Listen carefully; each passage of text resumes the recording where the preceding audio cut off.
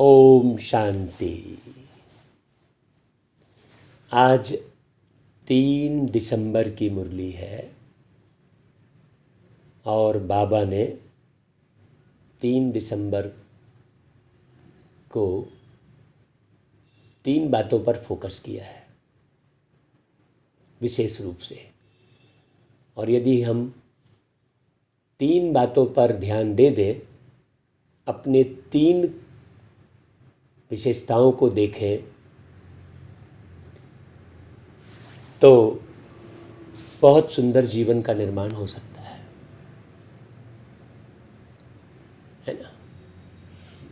3 बातें कौन कौन सी? 3 पर सावधानी रखना, 3 की ओर विशेष ध्यान देना। देखो वो कौन सी है, बहुत ध्यान से सुनना है। बाबा कहते, मीठे बच्चे, तुम्हें मनसा वाचा कर्मणा बहुत बहुत खुशी में रहना है। अब मनसा वाचा कर्मणा से बहुत बहुत खुशी में कौन रहेगा? मतलब कर्मणा मतलब क्या हुआ? नेचुरल खुशी हमेशा रहेगी उसकी, है? क्योंकि कर्म तो हमेशा कर रहा है व्यक्ति, बिना कर्म के तो रह नहीं सकता। आपको हम ये बता दें कि चाहे शरीर में है मनुष्य आत्मा, तब भी कर्म के बिना नहीं रह सकती, और शरीर से अलग है तो भी वो कर्म करती ही है, सोचने का कार्य करती है, इधर उधर जाने का कार्य करती है। मनुष्य आत्मा कर्म बिना नहीं रह सकती। तो मनसा और वाचा माने अपने मन के अंदर में जो बातें होती हैं वही वाचा में आती है। तो बहुत बहुत खुशी में कौन रह सकता है? बहुत बहुत खुशी में वही रह सकता है। देखो अगली लाइन बाबा ने बोली कि सबको खुश करना है, मतलब जो सबकी खुशी का ख्याल रखता है वो स्वयं बहुत बहुत खुशी में रहेगा। पक्की बात है, हमेशा सबकी खुशी का ख्याल रहे। बाकी तो व्यक्ति क्या करता है? अपनी खुशी का ही ख्याल करता है, अपने मन के अनुसार चलता है, अपने मन का गुलाम बन जाता है। अपने मन के अनुसार चलना मतलब मन का गुलाम कहलाया। तो जो व्यक्ति गुलाम होगा वो खुशी में कैसे रह पाएगा भाई? अगली लाइन बाबा ने बोली, किसी को भी दुख नहीं देना है। तो किसी को भी दुख कौन नहीं देगा? जो सबके खुशी का ख्याल रखेगा वो फिर किसी को दुख नहीं देगा। और जब किसी को दुख नहीं देगा तो उसकी जमा पूंजी, अलौकिक जमा पूंजी बढ़ती चली जाएगी। और आपके मन के विचार, आपकी वाणी और आपके कर्म से यदि कोई दुख पा रहा है तो आपकी जमा पूंजी कैसी होगी भाई? जैसा आप बीज बोते हो वैसा पाते हो। कर्म जैसे करोगे फल भी वैसे मिलेंगे। नीम बोने वालों को आम कैसे मिलेंगे? कर्म जैसे करोगे।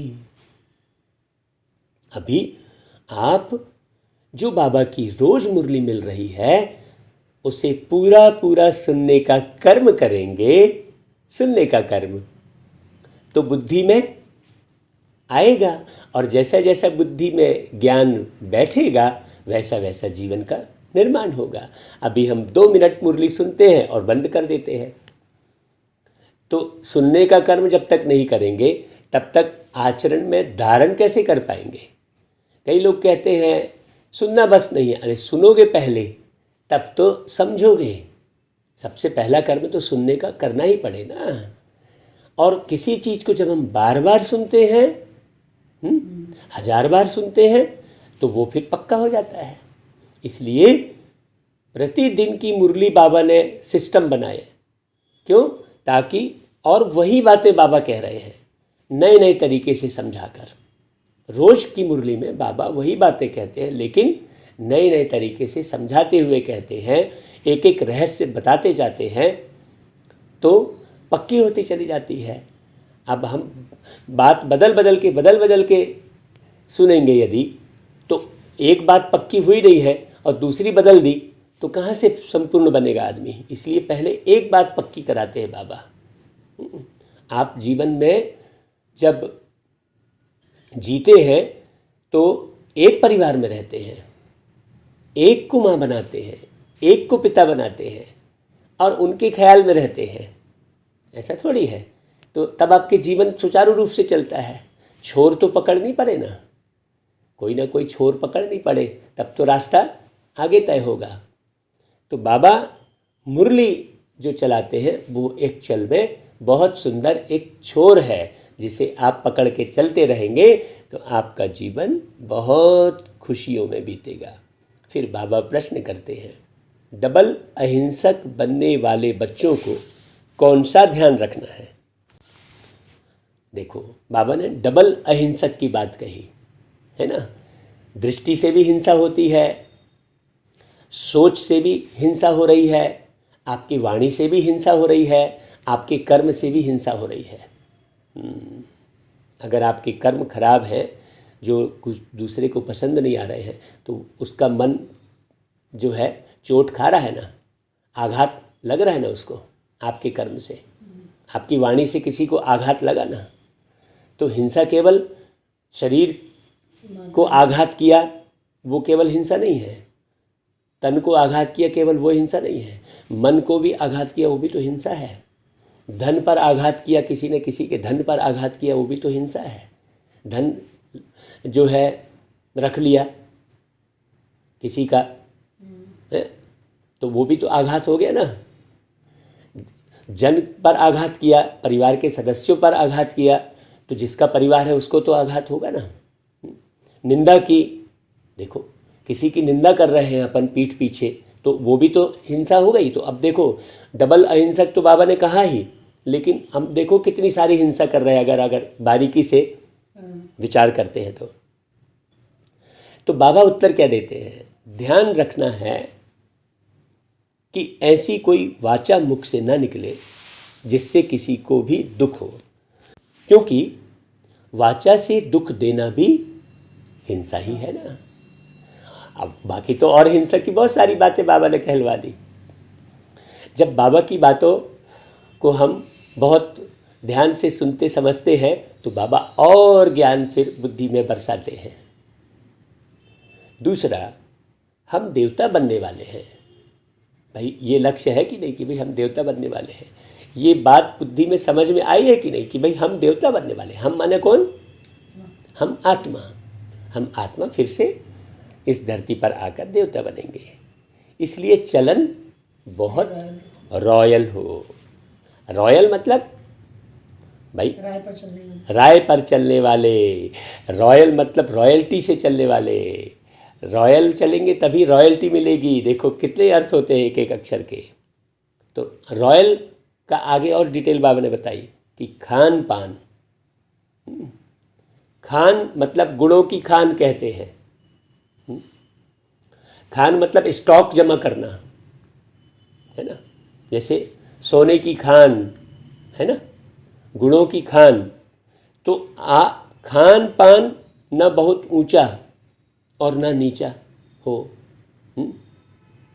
मतलब आपके अंदर बहुत गुण है, आपके अंदर बहुत सारी योग्यता है, लेकिन आप उसके अभिमान में आ गए तो क्या हो गया? वो नीचा हो गया ना। अभिमान क्या करता है? नीचे गिरा देता है। पान मतलब व्यवहार है। अपने व्यवहार का भी वो ना हो, अरे मेरा तो बहुत अच्छा व्यवहार है, अब मेरे से कोई नहीं पटता तो मैं क्या करूं। नहीं, आप देखो आपको आपका व्यवहार कैसा बनाना पड़ेगा जो लोगों को खुश रख सके, सबको पसंद आए। मान लो आपको अपना व्यवहार पसंद आ रहा है, लेकिन आपको पता नहीं लग रहा है कि आपके व्यवहार से कोई दूसरा रुष्ट हो रहा है। भाई जैसे आपका मान लो शांत रहने का व्यवहार है, माने शांत रहने की आदत है आपको, लेकिन हर जगह वो काम नहीं आएगा। भाई जहाँ कहीं बोलना पड़ेगा तो वहाँ बोलना भी है। आपका व्यवहार बहुत ज़्यादा बोलने का है, लेकिन लोगों को वो तकलीफ दे रहा है। भले आप बहुत अच्छी अच्छी बातें बोल रहे हैं, है ना, लेकिन बहुत ज़्यादा यदि बोलने का आपकी आदत है, आपके बोलने का व्यवहार है, तो क्या होगा, वो भी पसंद नहीं आएगा। तो बाबा जो बहुत ऊंचा और ना नीचा हो, ये जो बात कर रहे हैं, केवल खाने पीने की बात नहीं कर रहे हैं। बाबा तो आत्मा को देख रहे हैं ना, आत्मा को देख रहे हैं। खान पान का मतलब केवल भोजन, अनाज की बात नहीं है यहाँ पर। अनाज की बात भी है, स्थूल बात भी है, लेकिन उसमें सूक्ष्म बात भी है। बाबा कहते हैं बच्चे तुम विचार सागर मंथन करके एक एक बात की सूक्ष्मता की ओर चलो, वही सूक्ष्म वतन जाना कहलाएगा। फिर गीत बजा है, निर्बल से लड़ाई बलवान की, ये कहानी है दिए की और तूफान की। हाँ, अब इस गीत का अर्थ भी समझना है। भाई दिया कौन? आत्मा। और तूफान कौन? विषय विकार। ओम शांति। मीठे मीठे सिकिलधे बच्चों को बाप रोज रोज पहले समझाते हैं कि अपने को आत्मा समझ बैठो और बाप को याद करो।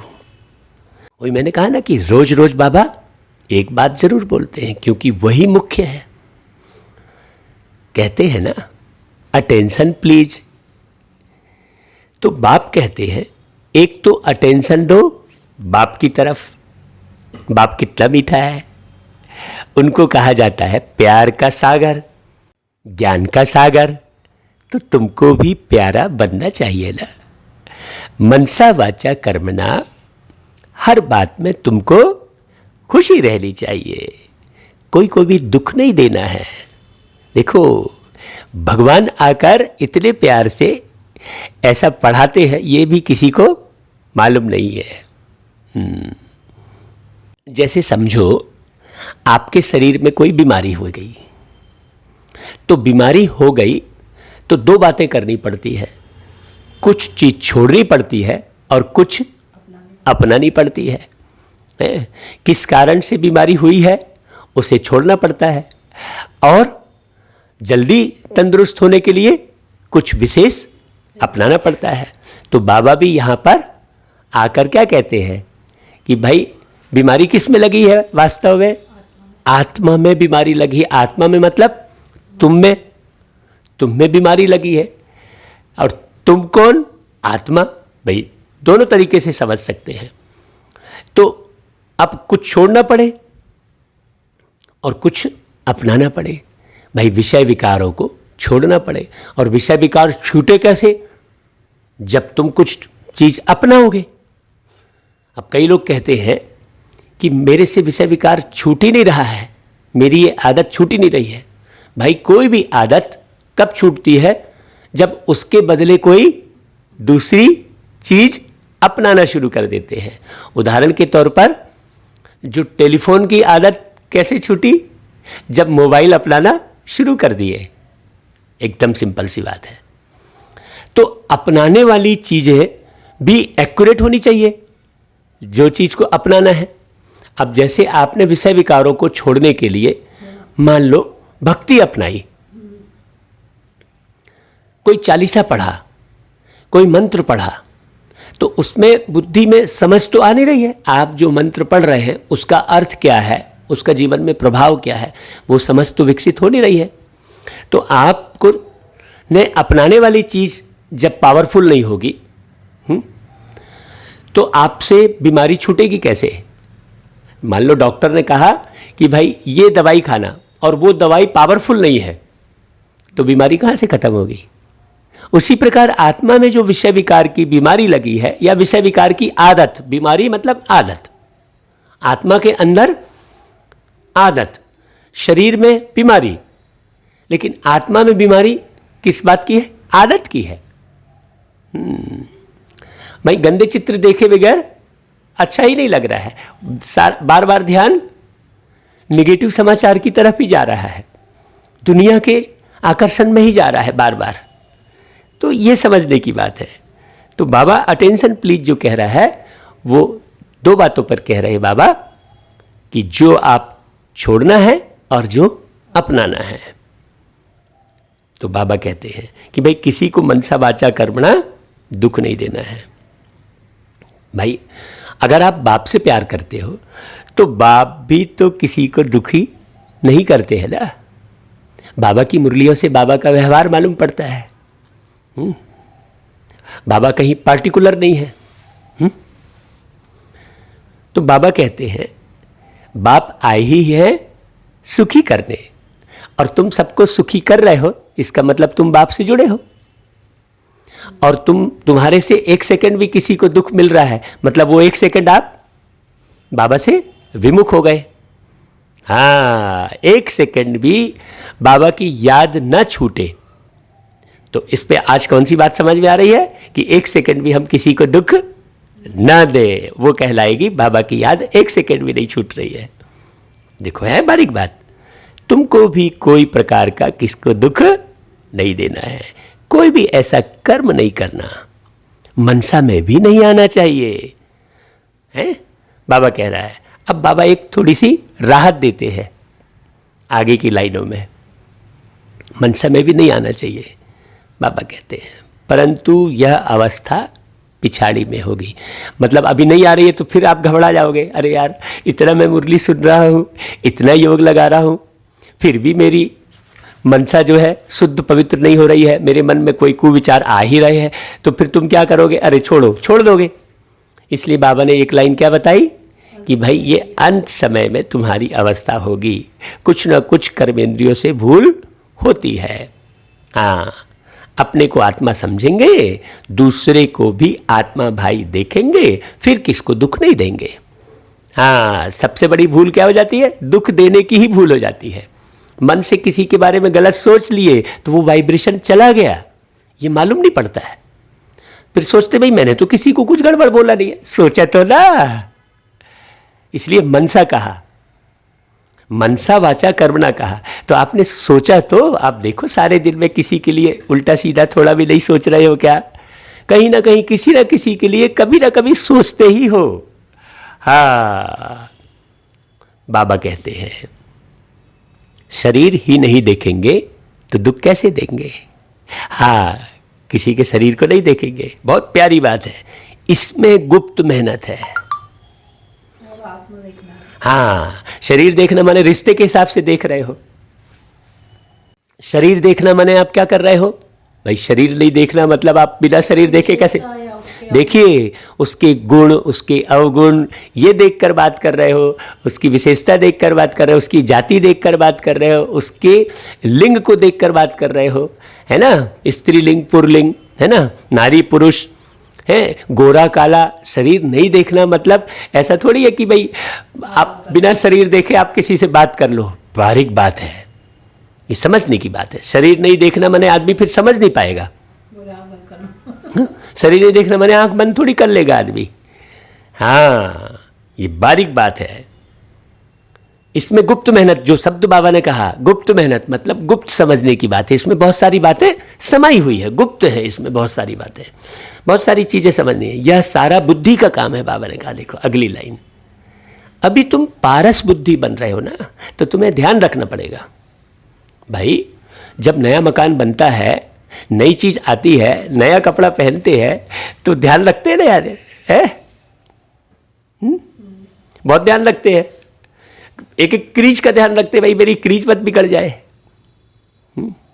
तो पारस बुद्धि बन रहा है। जब पारस बुद्धि थे तो तुमने बहुत सुख देखे, अभी पारस बुद्धि बन रहे हो तो तुम्हें ध्यान रखना है।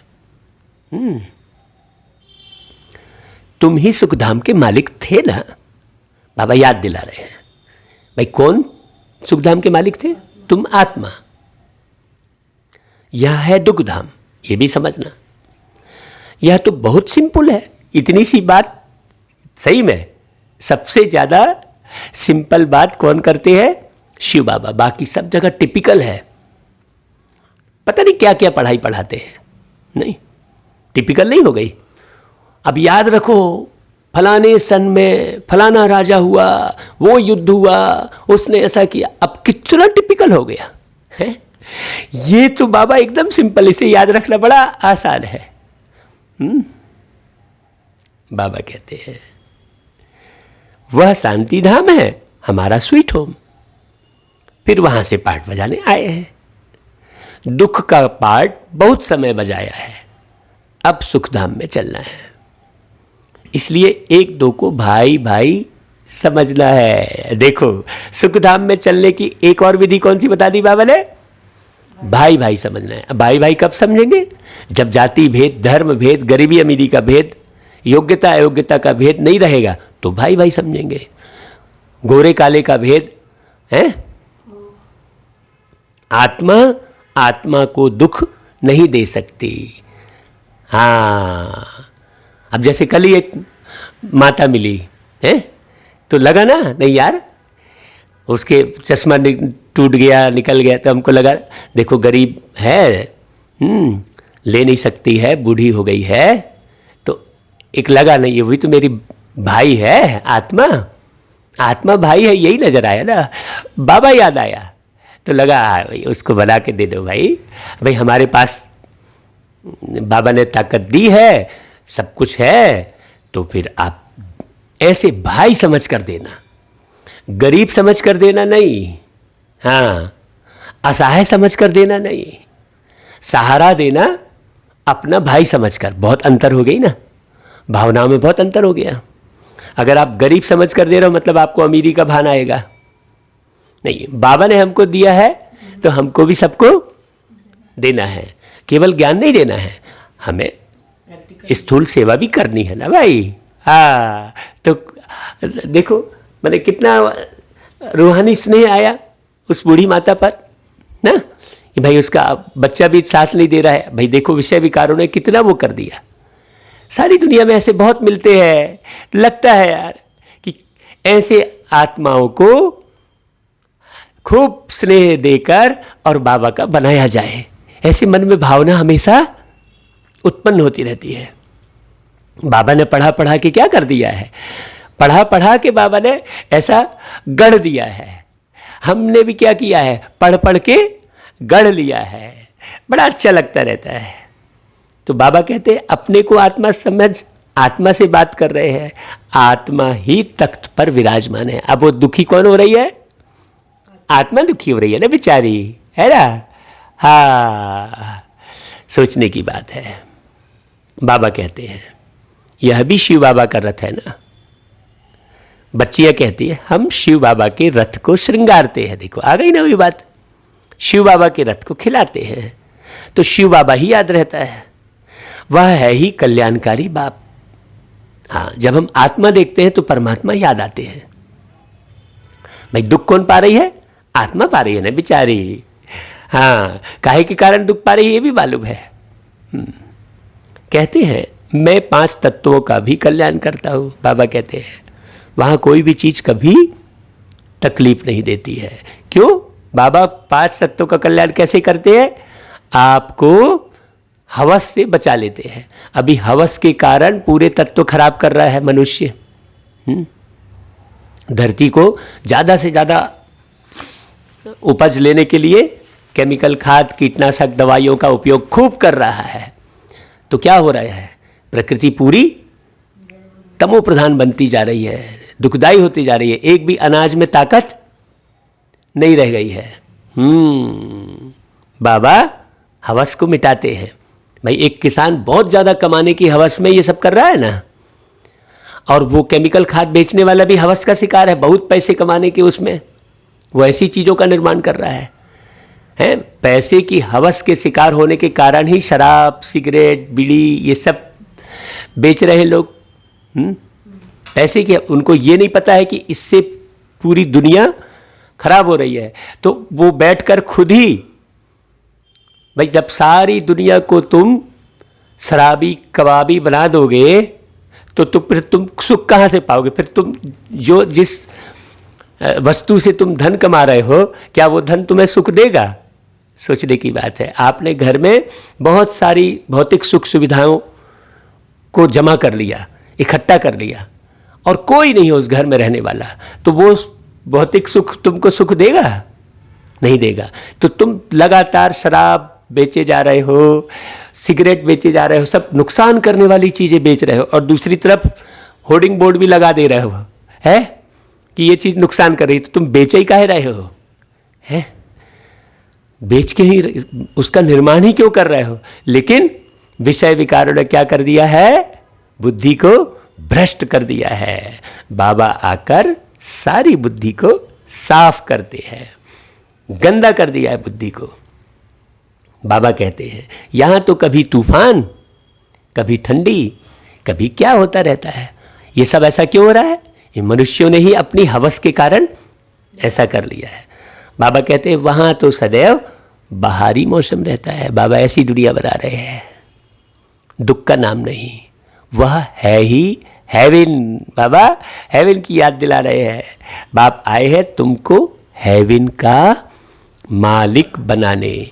ऊंचते ऊंच भगवान है, ऊंचते ऊंच बाप, ऊंचते ऊंच सुप्रीम टीचर भी है, तो जरूर ऊंचते ऊंच ही बनाएंगे ना। ऐसी दुनिया का निर्माण कोई दूसरा कर ही नहीं सकता। तुम यह लक्ष्मी नारायण थे ना भाई। रोज बाबा याद दिला रहे हैं। हाँ भाई, कोई डॉक्टर है और उसे याद न रहे कि वो डॉक्टर है तो इलाज कर पाएगा? तो तुम्हें यदि याद न रहे कि तुम लक्ष्मी नारायण थे, है ना, तो तुम बनोगे कैसे? याद रखना पड़ेगा। यह सब बातें भूल गए हो। यह बाप ही बैठ समझाते हैं। ऋषियों मुनियों आदि से पूछते थे, आप रचयिता और रचना को जानते हो? भाई रचयिता कौन? परमात्मा शिव, और रचना लक्ष्मी नारायण। लक्ष्मी नारायण की बात की ना, तो बाबा कौन सी रचना कर रहे हैं? लक्ष्मी नारायण की रचना कर रहे हैं। किसको रच रहे हैं? तुम बच्चों को रच रहे हैं, और रचना कौन सी कर रहे हैं? लक्ष्मी नारायण की। तो तुम बच्चों को रच रहे हैं बाबा। तो रचयिता और रचना को जानते नहीं, इसलिए नेति नेति कह देते। जबकि उनके पास ही ज्ञान नहीं था, तो फिर परंपरा कैसे चल सकता? ऋषि मुनियों को भाई रचना कौन सी? लक्ष्मी नारायण। बात समझने की है। हम बच्चे रचना नहीं कहलाएंगे, है ना। यहाँ पर हम तो विषय विकारों में डूबे हुए थे, तो हम किसकी रचना बन गए थे? विषय विकार अर्थात रावण की रचना। हम राम की रचना थोड़ी कहलाएंगे। अभी ये दुनिया भगवान की थोड़ी कहलाएगी, है? ये दुनिया तो शैतान की है अभी। हाँ, यहाँ भगवान है ही नहीं। इस पुरानी पतित कलयुगी दुनिया में भगवान है ही नहीं। इसलिए बहुत लोग कहते हैं कि भगवान नहीं है, क्योंकि सब जगह शैतान ही शैतान दिखता है, तो भगवान नहीं है करके बहुत लोग बोल देते हैं। बहुतों को ये पता नहीं है कि ऐसी शैतान वाली दुनिया में गुप्त रीति भगवान चुपचाप आकर बहुत सुंदर दुनिया का निर्माण कर रहे हैं। क्योंकि यदि भगवान सामने प्रत्यक्ष होकर करे तो शैतान जो है करने ना दे। मतलब विषय विकारों में सुख पाने वाली आत्मा विषय विकारों को छोड़ कैसे सकेगी? जिसको विषय विकारों से सुख की फीलिंग आ रही है वो तो छोड़ेगी नहीं।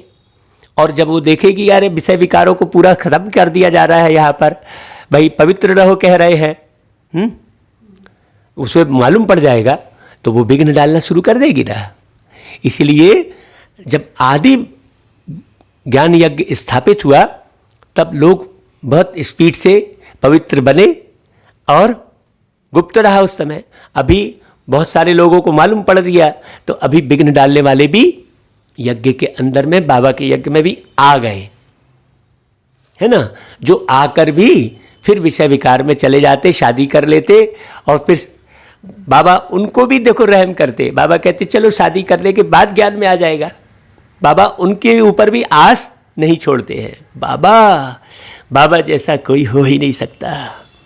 बाबा कहते हैं कि यह ज्ञान मैं अभी देता हूँ, तुम्हारी सद्गति हो गई फिर ज्ञान की दरकार नहीं रहेगी। दुर्गति होती ही नहीं। सतयुग को कहा जाता है सद्गति, है यहाँ है दुर्गति। परंतु यह भी किसको पता नहीं है कि हम दुर्गति में हैं।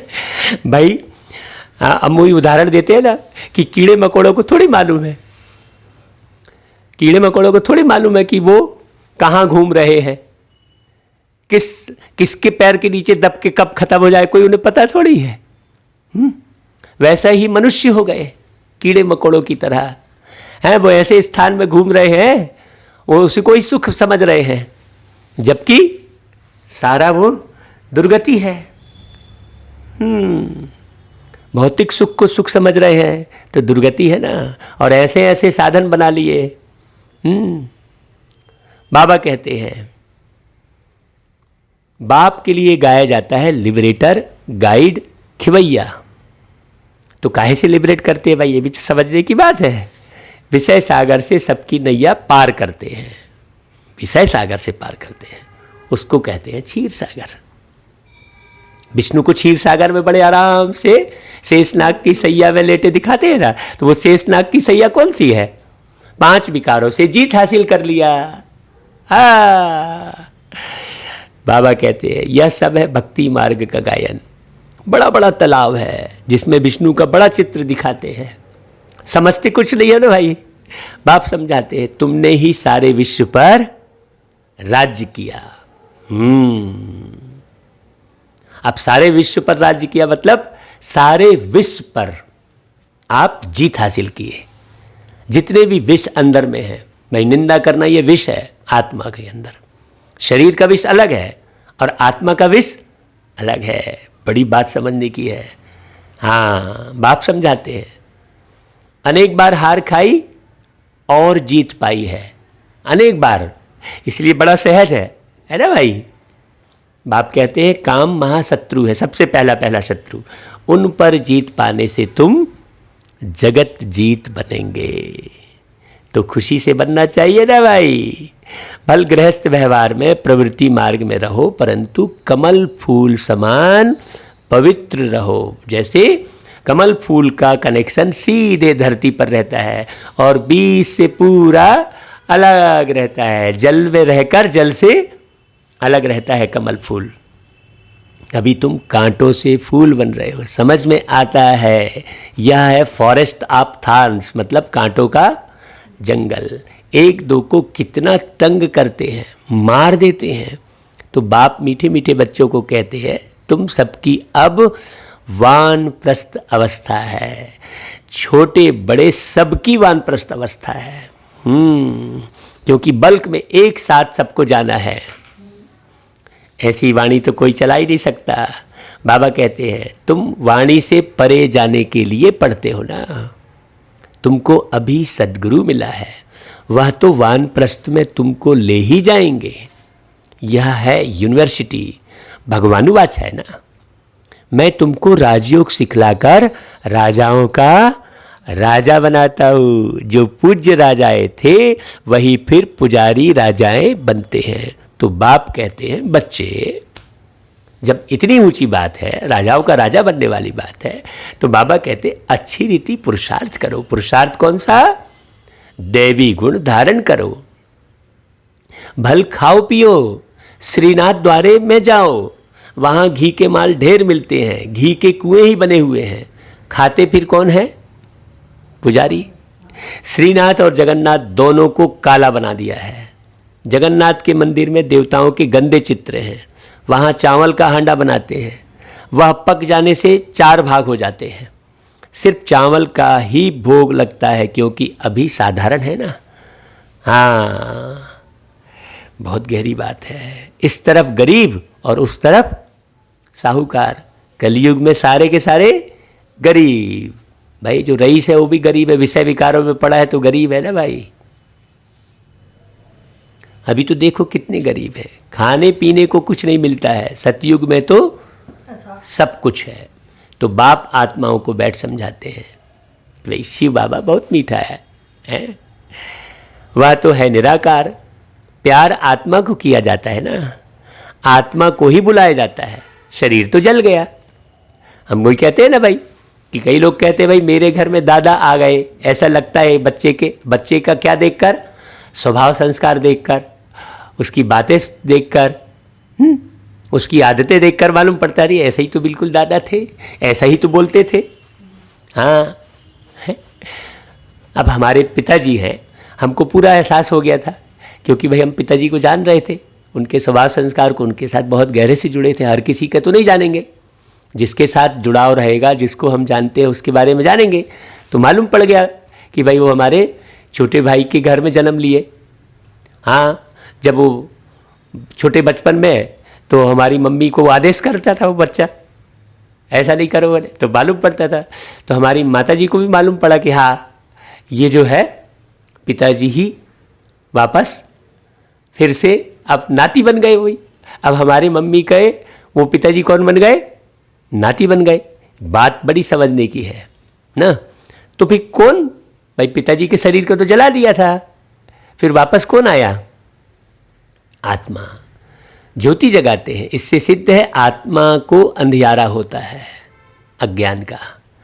आत्मा है ही शरीर रहित, तो फिर अंधियारे आदि की बात कैसे हो सकती है? सोचने की बात है। इस अंधियारे को थोड़ी वो करेंगे। आत्मा के अंदर अज्ञान का अंधेरा, उसे खुद को ही नहीं मालूम कि वो एक आत्मा है। किसी भी व्यक्ति को नहीं मालूम कि वो एक आत्मा है। बड़ी देखो एकदम सिंपल सी बात है, लेकिन नहीं मालूम। बाबा कहते हैं, कितना अच्छी रीति बाप समझाते हैं। ज्ञान बहुत मीठा है, इसमें आंखें खोल कर सुनना होता है। बाप को तो देखेंगे ना, तुम जानते हो शिव बाबा यहाँ विराजमान है, तो आंखें खोल कर बैठना चाहिए ना। बेहद के बाप को देखना चाहिए ना। भाई साकार में बिल्कुल बाबा आया है, मुरली चला रहे हैं। भाई आपने साकार में नहीं देखा जो यूट्यूब पर सुन रहे हैं, लेकिन उनकी वाणी तो सुन रहे हैं ना। आगे बच्चियां बाबा को देखने से ही ध्यान में चली जाती थी। उस समय आपस में भी बैठे बैठे ध्यान में चले जाते थे, वो ध्यान आ जाता था। आंखें बंद और दौड़ती रहती थी। कमाल तो थी ना, क्योंकि वो आदि में जो आई वो पहले पहले सतयुग की थी, वो पहले पहले आए। बाप समझाते रहते हैं भाई, जैसे ही शिव बाबा नीचे धरती पर आएंगे तो सबसे पहले पहले उनसे कौन मिलन बनाने आएंगे और कौन बिल्कुल चटक जाएंगे? जो पहले सतयुग में थे। बड़ी गहरी बात है समझने की। बाप समझाते हैं, एक दो को देखते हो तो ऐसे समझो हम भाई से बात करते हैं। अब जो पहले पहले आए उसमें कई ऐसे भी आ जाएंगे, जैसे गेहूं के साथ कहते हैं घुन भी पिस जाता है। तो कई ऐसे भी आ जाएंगे देखा सुनी करके, है ना भाई। हाँ, तो अब टाइम को भी अपन हमने सोचा यार वो तो पहले आया था, फिर कैसे फां हो गया, वो तो सतयुग का पहले था। नहीं, कई ऐसे भी आ जाएंगे ना। बहाव में भाई कुछ भी आ जाता है, ऐसा है। तो इस बात को भी समझने की जरूरत है। तो बाबा कहते हैं हम भाई से बात करते हैं, भाई को समझाते हैं। तुम बेहद के बाप की राय नहीं मानेंगे। बाबा राय दे रहे हैं, भाई ऐसा आप समझ के चलो, तुम यह अंतिम जन्म पवित्र बनेंगे। ये हो गई बहुत गहरी पवित्रता। हाँ, भाई समझ के बात करना ये सबसे ऊंची पवित्रता की बात हो गई। जब ऐसा करेंगे तब पवित्रता पूरी पूरी धारण होगी। कोई तो फट से कह देते हैं बाबा हम जरूर पवित्र बनेंगे, बिना समझे। अब पवित्रता की बहुत बड़ी परिभाषा है।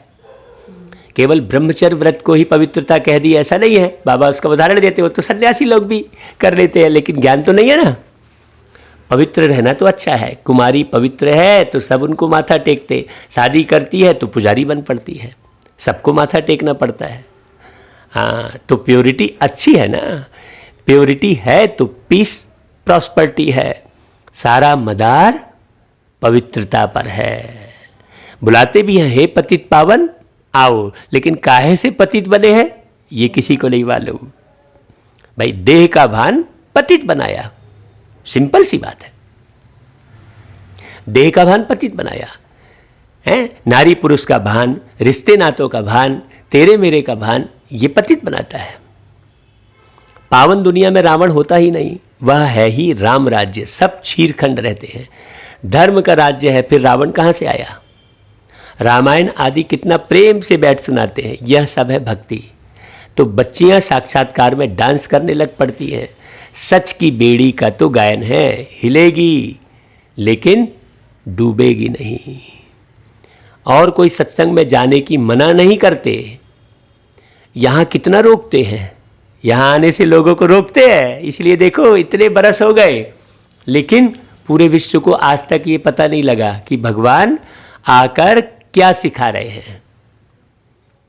अब मुरली भेजते हैं तो कितने लोग सुनते हैं, वैसे दूसरे वीडियो मिलियन में व्यूवर्स दिखेंगे, उसमें उल्टे सीधे समाचार के वीडियो वो मिलियन लोग देखते हैं, लेकिन बाबा की मुरली देखना, देखते ही नहीं, समझ में ही नहीं आएगा, बुद्धि फंसी हुई है ना भाई।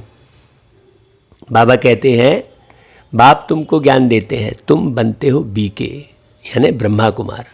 ब्राह्मण तो जरूर बनना है, बाप है ही स्वर्ग की स्थापना करने वाला, तो जरूर हम भी स्वर्ग के मालिक होने चाहिए ना। हम यहाँ नरक में क्यों पड़े हैं भाई, क्यों बुद्धि को फंसा के रखे हैं। अभी समझ में आता है कि आगे हम भी पुजारी थे, अभी फिर पूज्य बनते हैं 21 जन्मों के लिए। अब मंदिर जाना छोड़ दिया, लेकिन स्वभाव संस्कार के पुजारी है आपने वो भक्ति तो छोड़ दी, लेकिन नाम मान शान के पुजारी है, तो पुजारी अभी भी है, तो पुजारी पना छोड़ो, 63 जन्म पुजारी बने, अभी फिर हम पूज्य स्वर्ग के मालिक बनेंगे। यह है नर से नारायण बनने की नॉलेज। भगवान उवाच मैं तुमको राजाओं का राजा बनाता हूँ। बाबा देखो कैसे नशे में रहता है, एक बात कहते हमेशा, पतित राजाएं पावन राजाओं को नमन वंदन करते हैं। हाँ भाई, अभी लक्ष्मी नारायण के मंदिर में मुख्यमंत्री, प्रधानमंत्री, राष्ट्रपति सब जाएंगे, तो वो लक्ष्मी नारायण उनसे ऊपर हो गए कि नहीं हो गए? तो वो कब बने और कैसे बने किसी को मालूम नहीं। कृष्ण के मंदिर में सब माथा टेकेंगे। बाबा कहते हैं हर एक महाराजा के महलों में मंदिर जरूर होगा, वह भी राधे कृष्ण का या लक्ष्मी नारायण का या राम सीता का। आज की डेट में, पहले जो राजा महाराजाओं थे वो भी मंदिर रखते थे, आज मंत्री हो गए बड़े बड़े, तो वो भी मंदिर जाएंगे ही जाएंगे। भक्ति मार्ग में कितनी अंधश्रद्धा है। आजकल तो गणेश, हनुमान आदि के भी मंदिर बनाते रहते हैं। अवस्था, आत्मा की अवस्था नीचे उतरती चली जाती है, बंदरपना है, मोह में जकड़े हुए हैं, अपने आप को महारथी समझ रहे हैं, ये सब बारीक बात है। बाबा कहते हैं अभी तुम समझते हो बरोबर हमने राजाई की, फिर वाम मार्ग में गिरते हैं। अब बाप समझाते हैं तुम्हारा यह अंतिम जन्म है। मीठे मीठे बच्चे, पहले तुम स्वर्ग में थे। देखो बाबा कैसे प्यार भर के पढ़ाता है। भाई जो प्यार से भरा रहेगा ना, वो एक ही बात कहेगा। जैसे बाप बच्चे से जब भी बात करेगा लौकिक में, तो एक ही बात बोलेगा कि बेटा तुमने खाना खाया। माँ जब भी बात बच्चे को देखेगी तो बोले बेटा तू खाना खाया ना ठीक से। उसको ख्याल हमेशा एक सा कौन सा रहेगा? लौकिक माँ बाप को भी बच्चे के स्वास्थ्य का ख्याल रहेगा। बार बार वो स्वास्थ्य के बारे में पूछती रहेगी, बार बार उस हाँ भोजन पानी का पूछती रहेगी, है ना, माँ बाप दोनों। क्यों बेटा सुख से तो है ना? तो यहाँ भी बाप, जब ये बातों से समझ में आता है कि वो बाप कैसा है, कितना मीठा। हमेशा कहते मीठे मीठे बच्चे, पहले तुम स्वर्ग में थे। हाँ बच्चे, बाबा कहता है, फिर उतरते उतरते पट आकर पड़े हो। भाई ये मुरली चल किसकी रही है? मुरली सुनते सुनते आंखें गीली हो जानी चाहिए, बाबा की याद आनी चाहिए। ऐसे मुरली फॉर्मेलिटी बतौर नियम प्रमाण सुन रहे, ऐसा नहीं। तुम कहेंगे हम बहुत ऊंच थे, फिर हमको ऊंच कौन चढ़ाते हैं? बाप आकर चढ़ाते हैं। हम हर 5000 वर्ष बाद पढ़ते ही आते हैं। इसको कहा जाता है वर्ल्ड की हिस्ट्री ज्योग्राफी रिपीट। भाई वो तो बेहद का बाप है ना। जब हद का बाप तुम्हारे सुख का ख्याल रख सकता है, तो बेहद का बाप बेहद का सुख देगा ना भाई। समझने की बात है भाई। हद का बाप भी तो एक आत्मा ही है, और बेहद का बाप भी एक आत्मा है। बस अंतर क्या है? वो परम आत्मा है, बस वो शरीर नहीं लेती, बस फर्क इतना ही सा है। आत्मा का ज्ञान इसलिए बहुत पक्का होगा, तभी बाबा का प्यार अंदर में उमड़ेगा। परमात्मा का प्यार हर एक आत्मा के प्रति उमड़ेगा। बाप कहते हैं, मैं तुम बच्चों को विश्व का मालिक बनाता हूँ। देखो भाई, लौकिक में भी बच्चे को पढ़ा लिखा कर बड़ा अफसर बाप ही तो बनाता है क्या? कमा कमा कर अपना ख्याल नहीं रखेगा, लौकिक में भी अपने कैसे भी कपड़े में रहेगा, तो फिर वो पारलौकिक बाप, सोचने की बात है। सारे विश्व में तुम्हारा राज्य होगा। देखो कैसे बाबा गीत में भी है ना, बाप आप ऐसा राज्य देते हो जो कोई छीन न सके। अभी तो कितनी पार्टीशन है, पानी के ऊपर, जमीन के ऊपर झगड़ा चलता रहता है ना भाई। अपने अपने प्रांत की संभाल करते रहते हैं, ना करें तो छोकरे लोग पत्थर मारने लग पड़े। वो लोग समझते हैं यह नौजवान पहलवान बन भारत की रक्षा करेंगे, सो पहलवानी अभी दिखलाते रहते हैं। दुनिया की हालत देखो कैसी है भाई। वो लोग शारीरिक रूप से तैयार करते हैं, आत्म रूप से तैयार तो बाबा ही करता है। मूल तैयारी तो आत्म रूप की ही करनी पड़े। बाबा कहते हैं रावण राज्य है ना, बाप कहते हैं यह है ही आसुरी संप्रदाय, तुम अभी दैवी संप्रदाय बन रहे हो। देवताओं और असुरों की फिर लड़ाई कैसे होगी भाई? है तुम तो डबल अहिंसक बनते हो। वह है डबल अहिंसक। देवी देवताओं को डबल अहिंसक कहा जाएगा। अब उनको भी हिंसा दिखा दिए। अहिंसा परमो देवी देवता धर्म कहा जाता है। बाबा ने समझाया किसको वाचा से दुख देना भी हिंसा है। तुम देवता बनते हो तो हर बात में रॉयल्टी होनी चाहिए। खान पान आदि न बहुत ऊंचा न बहुत हल्का, एक रस, ताकि आप किसी स्वाद में मत फंसो। हाँ, बहुत सारे रस में ही लगे हुए हैं, एक रस बाबा कहता है। राजाओं आदि का बोलना बहुत कम होता है, प्रजा का भी राजा में बहुत प्यार रहता है। यहाँ तो देखो क्या लगा पड़ा है, कितने आंदोलन हैं। बाप कहते हैं जब ऐसी हालत हो जाती है तब मैं आकर विश्व में शांति करता हूँ।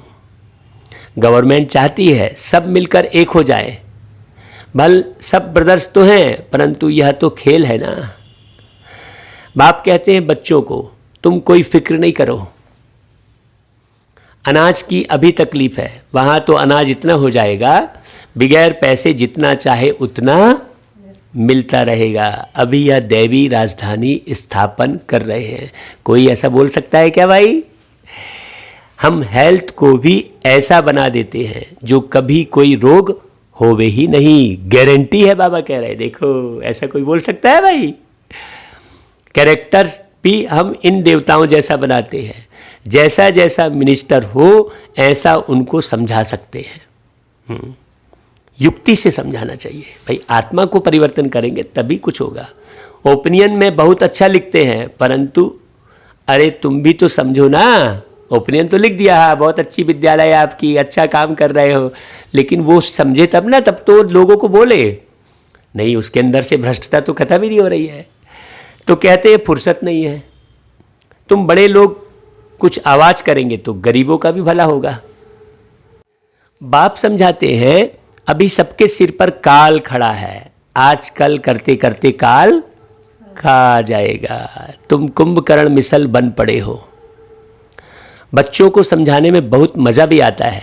बाबा ने ही यह चित्र आदि बनवाए हैं, दादा को थोड़े ही यह ज्ञान था। सीधी सी बात है।